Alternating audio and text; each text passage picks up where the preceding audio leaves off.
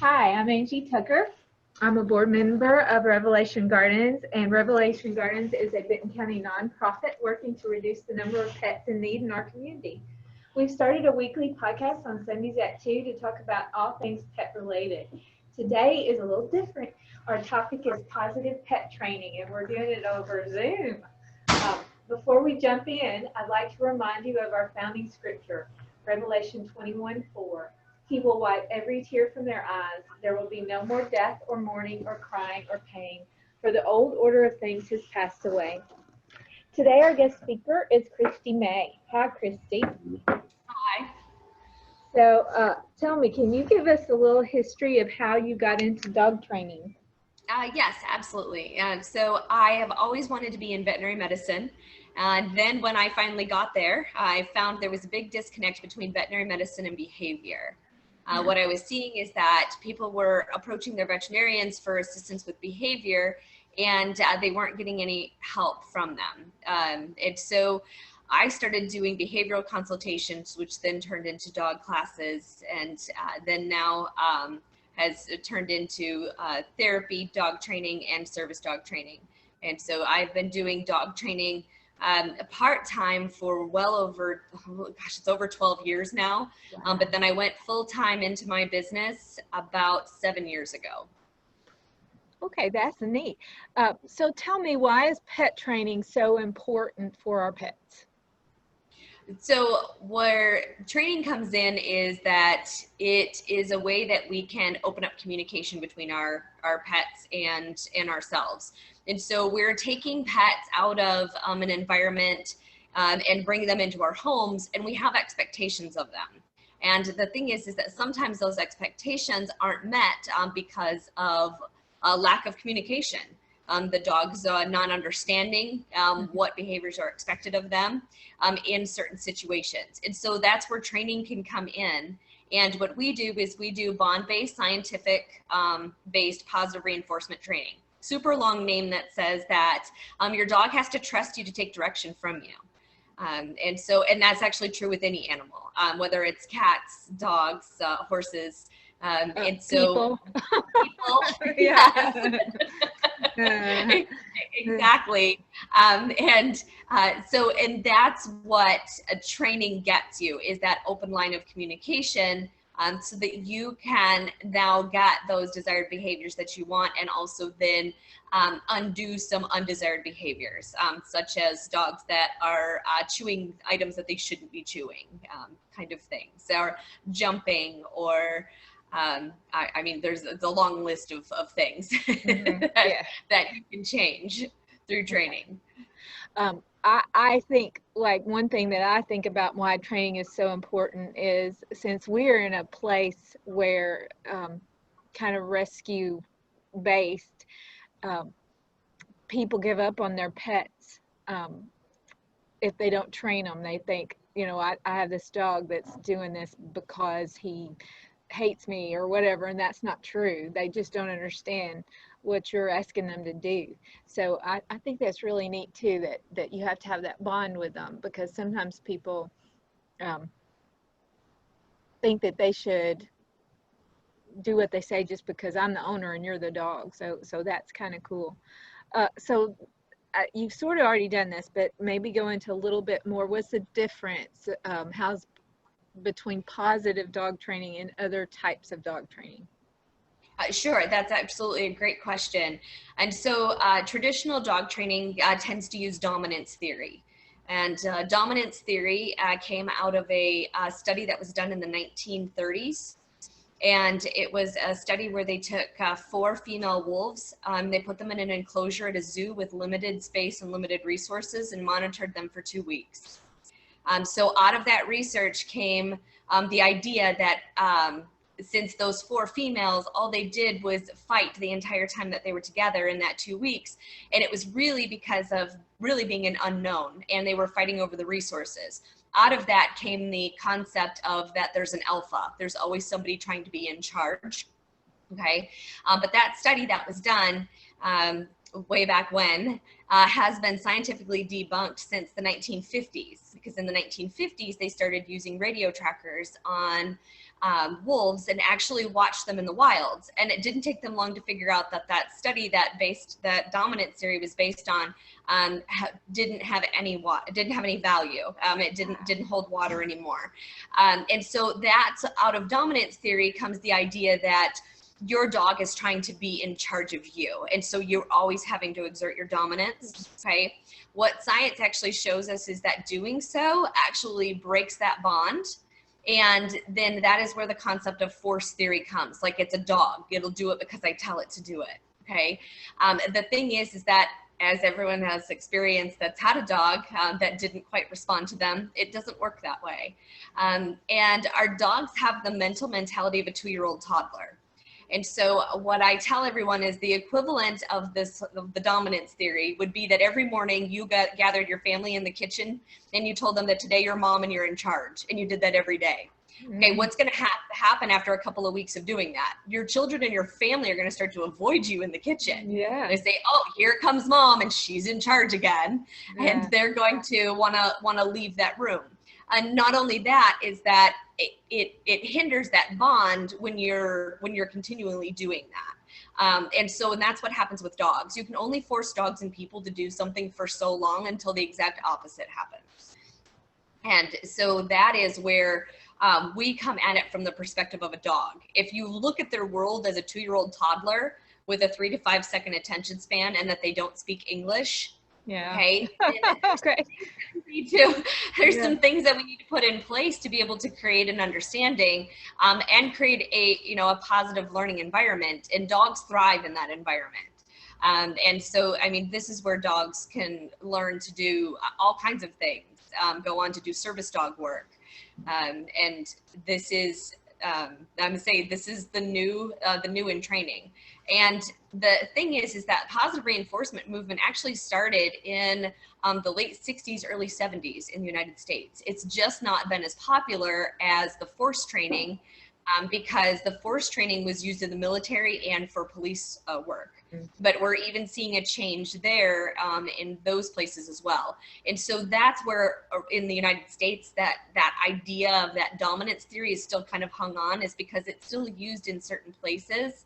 And again, so that's changing right now. But in European countries, dominance theory training has been illegal for over 20 years. And so in the United States, as I'm listening to you, what's shocking me is, so Cesar Milan, I love him because I just think he loves animals, but he doesn't do positive training then, does he? He does dominance training. Is that what Cesar Milan does? He does a little bit of both. And I don't follow him exclusively, but I do know that he's not a welcome in European countries to teach his theories. Because, I've seen him, like he especially those very aggressive dogs, when he goes in and he does that, that kind of thing. And I've always thought he was so wonderful, but then you're making me go, oh, wait a second, because that I like the bonding idea better. And I do think he does some positive training too, but he does have some of that dominance, I'm the top dog and you've got to tell him that. Yeah. Neat. So my next question is, so how soon should we start training our dogs? So as soon as we get them as a puppy, what age do we need to start? And is there an age where training isn't going to work anymore? So that is a great question. And so we like to start with puppies anywhere from 8 weeks to 12 weeks old. And but here's the cool thing about dogs: there never is a too late. So dogs stay in that 2-year-old mentality forever. And they also stay in a type of learning development pattern called fast map learning. Fast map learning is where you only have to be exposed to the information one time and it's retained forever concept. And so that is something that humans actually go through in development too, but it's at a very young age that we go through that. So you always hear like toddlers are sponges because they'll like repeat just something that they've heard that one time. And so that's actually when humans are in their fast map learning stage. That's why they tell you to teach toddlers as soon as they can start talking. Right. teach them a second language, because then it just becomes there. It's just there. Where as adults, we have a harder time with picking up a second language because we're no longer in that fast map stage. So dogs stay in that fast map learning stage forever. Wow. So I always make the joke that it's not that the old dog can't learn a new trick. The old dog just doesn't care. Yeah. Okay. Yeah. They're like, wait, why are we doing this? Like, we didn't do this yesterday, kind of idea. But honestly, there's never too late. I've had dogs that have come out of rescue and adoption situations, 10 and 11 years old, come through the first initial dog training class and just turn out to be a fantastic dog. Because sometimes dogs later in life that come through rescue situations don't even know how to be a dog. That's right. And so that the fundamentals training class creates that bond between the dog and the pet parent, and then lets that relationship develop. The dogs are comfortable. They adjust faster into their new homes, and then they can actually start processing the world a little bit better and actually learn how to be a dog. That's awesome. So it's really fun to kind of watch those transformations happen even in those older dogs. Yeah, yes. So what are some specific commands and behaviors that you think every dog should know? So I'm going to tell you that the ones that I think that everyone should know should actually be a seeking exercise, a find it command. To be able to redirect a dog, and then also a touch command. And a touch command is where you put out a flat hand and your dog will come into you and make physical contact with your hand. And so those two exercises, I'm going to say, are going to be relevant throughout a dog's entire life, to be able to, one, get them into you with the touch command, or two, send them away from you with the seeking. So because essentially you want to be your traffic control tower in your house. You should be able to get your dog to come into you, but also send your dog away from you without having to put your hands on them or clip them to a leash or, do anything of that sort. And so the commands that I'm going to give you aren't your basic, sit down and stay. Those are important, and those are things that we can get our dogs to do. But a lot of times, really just directing them somewhere that we need them to go, instead of having to put them like in a sit stay to be able to walk away from them. You should be able to send them away faster than having to set up that whole scenario of using your basic commands. I love this. I've never heard this, and I love dogs. This is fascinating. So I thought I might ask about some specific problem behaviors too. So first, how should we potty train our dogs? And what about boys who mark? Because that's what I have. I have marking boys. So with potty training, the thing is that we're not necessarily teaching our dogs to go at a specific time. What we have to first find is, when do they need to go? So within the first 3 days, you should be taking your dog out before a meal. So like first thing in the morning, then before you feed them, right after you feed them, and then 30 minutes after you feed them, and then sometime around lunchtime, afternoon, and then kind of same evening and around dinner time. Because what you're actually finding is, when do they need to go? Is it before breakfast or after breakfast? Because if you've got a dog that has to go after breakfast all the time, and you take them out in the morning when you wake up, feed them breakfast and walk out the door and go to work, what are you going to have every day? Pee. Exactly. Because now, but knowing what their schedule is, that can tell you, if you get up and feed your dog first, then take them up before you go to work, then are you going to have an accident? No, because you've accommodated their schedule. So what we do is we find what their schedule is, and then we can manipulate the time frame around our schedule. But we're not asking them to manipulate their time frame around us, which is a lot of people's misconception about potty training. And so we're really finding what they can do and what the limits of that are. Because, and all of us know, if your day gets tied up and you're gone longer than 8 hours, you're probably going to have an accident when you get home. Okay. Because that is like, something that you can't prevent. But what you're doing is you're finding their schedule. So that schedule of like there's some schedules you can find online that tell you, like, for 2 weeks, take your dog outside like every hour. It's completely unnecessary, and very time consuming, and nobody's got 2 weeks to stay home with a puppy to do that. Right. But the big thing is, again, it's finding their schedule, and then you can manipulate it through that. Like, what time do I need to feed them then so that we're successful here? Those kinds of things. And then those males that are markers. So what they're marking is the pheromone. So in urine, there's a pheromone. And what happens is that when they mark, then that pheromone smell is there on that item. Well, after a while, that pheromone starts to fade away. So then what happens is, once the pheromone becomes faint, they remark, okay? Or if there's another dog's pheromone there, then they'll mark over top of that one. And so what you want to do then is you want to eliminate the pheromone that is on those surfaces, because if there's no pheromone smell there, is there any reason to mark anymore? No. So what you do is you take away the cause of the behavior. And so how you do that is using an enzyme cleaner. And so there's lots of enzyme cleaners that are out there. One of the ones that I really like is Physion. It's Fizzion. And you can order that on Amazon. I haven't found it in any stores. Walmart used to carry it on the shelf, and I don't see that they carry it anymore. But it's on Amazon, but it's a tablet, and you drop it into your spray bottle, to your cleaner. Okay. And what I really like about Physion is that you can use Physion even after you've washed something. Okay, so some of those other enzymes tell you if you've already washed, then it's not going to work. And so they tell you that you don't pre-clean, like you have to let it sit, and then you have to wipe it off, and you have to do that again. With Physion, that's not necessary. Physion's one of those things that you can spray on and walk away. And then you're done, even after you've cleaned, which means, like, you can clean your furniture with a furniture cleaner, deep clean, and then spray over top with this to eliminate that. But what you really want to do is eliminate those pheromones.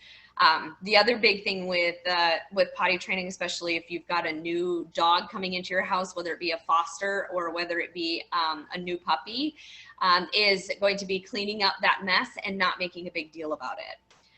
So what we want to do is, when they do go outside, you want to do something that I call have a puppy party. Okay, you want your neighbors to think that you've lost your mind, okay? You're gonna make a super big deal about going potty. You're gonna use treats, you're gonna use praise, you're gonna jump up and down, you're gonna play, you're gonna throw a ball. Like, you're gonna have a puppy party. You're gonna do all things puppy fun, okay? And get them excited about going outside. Okay. When there's an accident inside, clean it up, spray your pheromone stuff over top so that they don't go to that spot again, okay? Because when you find dogs that are having accidents in the house, they tend to go to one location over and over again, okay? Yeah. And so clean that spot up so that there's no reason for them to be drawn to that area, and then have a really big party outside. And doing that, you can have any dog potty trained in less than a week. Wow, that's awesome. What about, so here's one that, like, my dad has a standard poodle, big old girl, and she jumps up on people, and dad's like 78 now, and so it scares me, and like when I come over, she jumps up on me. So what about dogs that jump up on people? Okay, so there's two reasons that dogs jump.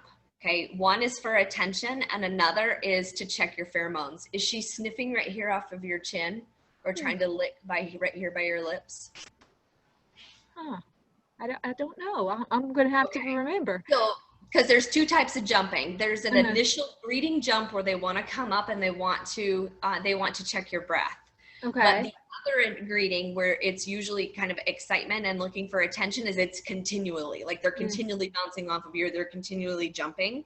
Yeah. Okay, and so those are two different issues that are treated two different ways. Well, I guess she kind of hugs me, she's hugging me. And okay, so she's probably just doing that initial greeting where she's checking your pheromone. Okay. And so with either reason for jumping, what you want to do is meet them where they're at. So if you bend over and bring your hands down to their level, now your breath is right here on their level. And so then they check your breath, and you can do a greeting, and then you can stand up, and then they're not going to have to be up here to then do that again. So you just eliminate the reason that they're doing that by greeting them on their level. Okay. And so the excited jumping is the same thing. You just go down to them? you go down to them. And because the other thing you can do is, so you can like actually like lock your elbow out a little bit. You're not holding them down, but you can kind of lock your arm above them. So if they do kind of come up, they bump into your hand. And then that will keep them on the ground, because what you want them to do is that to be greeted, all 4 feet have to be on the ground. So you want to give lots of attention when all 4 feet are on the ground, not when it's up here. Because when a big dog jumps up here for attention, our first reaction is to put our hands on them and put them down. Okay. Now, remember, they're 2-year-old toddlers. Attention is attention, whether it's positive or negative. So if I give the attention of taking my hands on them and touching them and putting them down, what did I just reward them for doing? For jumping. And so then they're going to continue to be back up here. And so what you want to do is meet them where they're at and eliminate the reason for the jumping altogether. And so then that will get that behavior to go extinct. That behavior will go away. There's no reason to jump if I'm, 1, getting the attention because I'm excited that you're coming in the door, or 2, I get to check your breath and make sure that everything's okay. Okay. All right. What about my other trouble? I have 3 boys and they mark. Well, actually the oldest rescue doesn't. He's wonderful, but the 2 boys mark. And then I have a girl who is an excessive barker when she sees people. We moved in town, and so now anytime there's people outside, she barks really sharp, really loud, excessively. So what can we do to curb barking? So to curb the barking, so do you want her to tell you there's people outside? So I know there's times I want her to do that, but like when I'm just sitting out on the porch and reading and we're enjoying the day, she didn't have to tell me I see them. You know, I see that they're there. So I want her to be able to sit outside and enjoy the outside with me. But she didn't get to enjoy outside as much because I'm afraid those neighbors are getting mad that they're getting barked at all the time. So it's neighbors that we know. Okay, so this is a really good point. The thing is that we do want our dogs to bark, but we don't want them to do that continuous barking after they've identified something that we've acknowledged. Right. So the big thing is going to be acknowledging it and say, oh, thank you, I see them. Okay. And then you want to give her something else to do. So then that would be where you could give her a touch command or a seeking command, and you could send her kind of just right there in your little space. So like she's not having to go far, but get her to like turn that off over there by doing a seeking exercise. And so then in doing so, what you're going to find will happen is she's going to bark and look at you. Okay. And then you're going to be able to say, oh, yeah, it's so-and-so. Or it's, yeah, that's just fine. People can walk outside in our neighborhood, or it's just delivery guy. And you'll be able to let her know that you know it's there, but you're acknowledging her for letting you know that it's there. Because a lot of times they'll continue to bark because we're not acknowledging. They're going, there's someone there. There's someone there. There's someone there. And then like it will escalate because we're not responding to them. They're trying. So that goes back to that whole communication is understanding where the behavior is coming from and the why they do it. And so a lot of times they're looking for you for your feedback. And so, then if they bark and bark and bark and bark, and then we're finally like, oh my goodness, I've just had enough. And then you go over. So now what you're doing is you're teaching them that they need to bark that a lot. Long yeah. before they can response. Okay. And so I really like the seeking thing. That's what I'm going to have to learn, is that changing her focus. Right. And that's what those exercises are all about, are those seeking and those touch. And so those are on the Legend Acres YouTube channel. If you go to the YouTube channel, there's how-tos on each of those. There's 10 to 15 minutes on video covering those. And then there's a whole bunch of videos. There's almost 300 training videos that are on our YouTube channel. And so you can also find more seeking exercises and watch different dogs too. Because the way that the channel is set up is it's the dog's name and then what they're doing in the video. So you can look up Luna. So if you just type in seeking, then you can see Luna seeking. You can see Cash seeking. You can see Bailey seeking, you can see. And so you can actually see these different dogs and these different applications of these exercises too. Because none of our videos on YouTube are edited. Because if I ask the dog to do something and I don't get the response, I walk you through what's next. So they're not pretty polished in the end videos that are just like, that you watch and go, yeah, that's great, but my dog's not going to do that. Right. Yeah. Yeah. And so our YouTube videos are made to be a place to be able to then kind of experiment with that, because we go through the different options, because there's lots of different ways that we can get our dog's attention and things. And so those are all covered in those videos too. So that's a helpful resource. That's cool. And I'm going to come back to your website at the end. So what about dogs who don't get along with my other pets? Is there any advice there? Yes. So what is the pet that they're not getting along with? Well, so like we've got cats here that are, sometimes they don't get along with a new cat.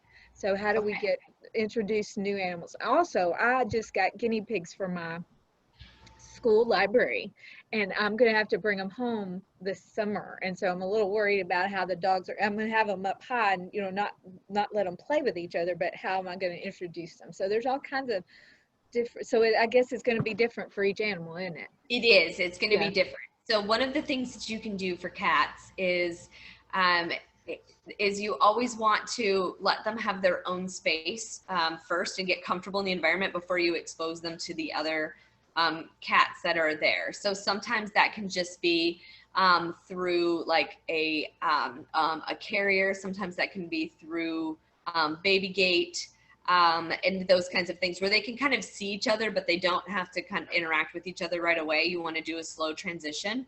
Another thing that you can do is if you've got multiple cats is that there's a pheromone plug-in out there that's called, it's an Adaptil brand product, and it's called Feel Away Multicat. Okay, and so what that is that, so cats have two different pheromones. And so one is just the regular Feel Away pheromone, and that pheromone is like mother cat. So it's the pheromone that nursing mothers give off to a litter of kittens. It's a comfort pheromone. But then cats also have scent glands in their face. And so that's why they rub on furniture and rub on you and rub on things, but they'll rub each other as well. And so that is a very specific pheromone that's in the multicat. And so what that multicat does then is that it gives that a comfort pheromone, but that there's in a multiple cat kind of situation is what that does. Too. And so then the Adaptil for dogs is that mother pheromone too. And so that's a comfort pheromone. And those are plugins. They look like a Glade plug-in, no scent to us. And there's 30-day refills. And that's something that you can also pick up on Amazon as well. That's, wow, I've never heard, that's really cool. Okay, what about cats? Do you ever do any kind of training with cats? And do you have any suggestions there? I do not do training with cats. So I treat my cats more like their dogs, because they knew how to do things like sit on command and come when called and things. Wow. But I don't do anything specifically with cat training. Okay. So I deal mainly with dogs and horses, but I do have a cat. So, but my cat intermingles with our dogs. So. Yeah. All right. So what has been your most successful training experience? What's a good story you have that made you feel good about what you do? Okay. So I had an experience where, so this goes back to that 10-year-old dog that was adopted. Mm-hmm. And so the 10-year-old dog that was adopted, they named him George. George didn't even know his name, because we have no idea what George's name was. Yeah. And so when George came to class at first, he was completely shut down. He wouldn't make eye contact with anybody. He didn't know his name. He didn't understand anything that was going on. He just wanted to leave. Okay. So then over the next 6 weeks, we saw George learn his name too. But it turns out George is a very energetic dog who loves to play with toys and play fetch and eats treats. And when they first got him, they said for the first 2 weeks, he didn't touch anything. They bought him toys, they bought him shoes, he didn't touch a thing. in the house. And then by week 6, he took his test at the end of week 6, and on week 6, they were going on vacation together. They had taken him on a camping trip when they first got him, and he was just shut down. So then they did another trip while he was in the middle of classes, and he did much better. Yeah. And then by that last 6 weeks, they were actually going on vacation, staying in a hotel, and George did wonderfully. And so again, and then this was a dog who, you know, in 6 weeks, not only learned his name, but learned how to trust the people that he was with, started to enjoy some of the things that dogs enjoy, such as being with them, going on walks, camping, playing with toys, playing with other dogs. Mm-hmm. And so he really was a big turnaround in 6 weeks. That people don't understand when you're in rescue, that's some of the best rewards, is seeing those dogs that have been abused or neglected and seeing that big turnaround. That is such a rewarding experience. So that's really neat. So how can we get services from Legend Acres Dog Training? So that is a great question. And so you can get it in several different ways. So we have several locations in the United States. And so right now in West Tennessee, we have classes in Milan, Tennessee. So we have private classes. There will be group classes starting there. And so we partner with the Barking Lot there in Milan. And so they have a training area there for us. And then we're also going to be adding group classes at that location as well. And then also in the West Tennessee, West Kentucky area, we're in Murray, Kentucky. So you can get in-person classes from Legend Acres in both of those locations.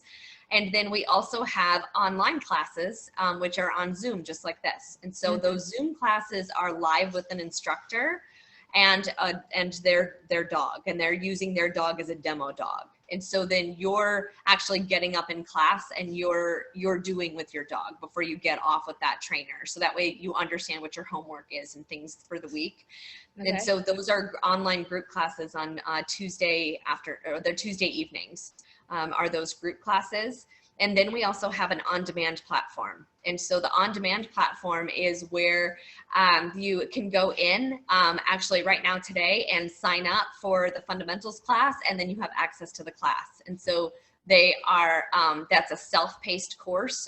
You make your way through the videos, and then you submit your homework videos if you want feedback on those.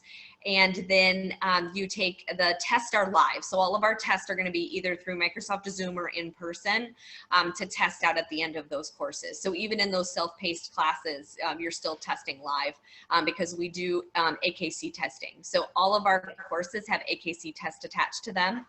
And so we do offer that with all of our classes. So it's really just dependent on your scheduling. Are you available for in-person, or those group class times, or that on demand where you can watch videos at midnight if you want on what it is that you. The world has changed, hasn't it? Yeah, it has. It's changed a lot, and so there's a lot of ways that you can utilize our classes and get that information and be able to start building that relationship with your dogs. So you mentioned those YouTube videos. Do we have to pay for those, or are those free on YouTube? So those are free on YouTube. And so what we do is in our in-person classes and in your online classes, we send you certain YouTube videos that go with your homework as an example of the homework. Because a lot of times too, even in a group class setting, we've got a lot of material to cover as well as answering questions. And so we do have basically the how-tos of those steps are on that YouTube channel. And so you could on our YouTube channel go through and, and piecemeal together what it is that you needed from there. and it's a good resource. But what we utilize it for is after you've had a session, and then come Tuesday, you say, oh no, I don't think I'm doing this right. It's not working with my dog. So then that YouTube channel is that place where then you can go and you can see it again. And you can be like, oh, okay, I totally was doing that wrong. Or I was using the wrong hand, or I was using the wrong words, kind of thing, and have that on there. And then we also have another free service that we do, and that is our Tuesdays. On Facebook, we do Tuesdays Training Tips with Tough, and we do that live on Tuesdays. And so we cover a different topic each Tuesday in about 10 to 15 minutes on that Facebook Live. But all of those are saved on that Facebook page. So you can go in and look at, one of them was jumping. We were looking at the causes of jumping. And so you can find all of that there in our Facebook Lives as well as our YouTube channel. So there's some good free resources that you can utilize there. So Legend Acres Dog Training on Facebook. We'd like that. Legend Acres. It's www.facebook.com/Legend Acres. Okay. I'm going to like you, and I'm going to go see that. So finally, what's your biggest piece of advice to dog owners before we close? My biggest advice to dog owners is that your dog is equivalent to a 2-year-old toddler. And so that makes you a responsible pet parent. So responsible for into creating the best environment that you can for your dog to be able to thrive. We always want to set our dogs up to succeed. And so in everything that we do is we want to set them up to succeed, whether it be from a puppy, from adulthood, a rescue dog, being rehabilitated to go into a new home. Again, we want to do everything from the dog's perspective and always setting them up to succeed. All right. Well, thank you, Kristi, for joining us. That's our podcast for this week. We would like to extend a special thank you to our sponsors, the Camden Animal Clinic and Fox Sanitation. Remember, CAT is somewhere in the background. If you want to post where you see CAT, who always wears a new bow every week, then you might get a special prize up here at Revelation Gardens. Remember that if you have a pet-related question, email us at revelation.gardens@gmail.com. And same cat time, same cat channel. But dogs rule. Bye. Thank you. Thank you for joining us, Kristi. Thank you for having me.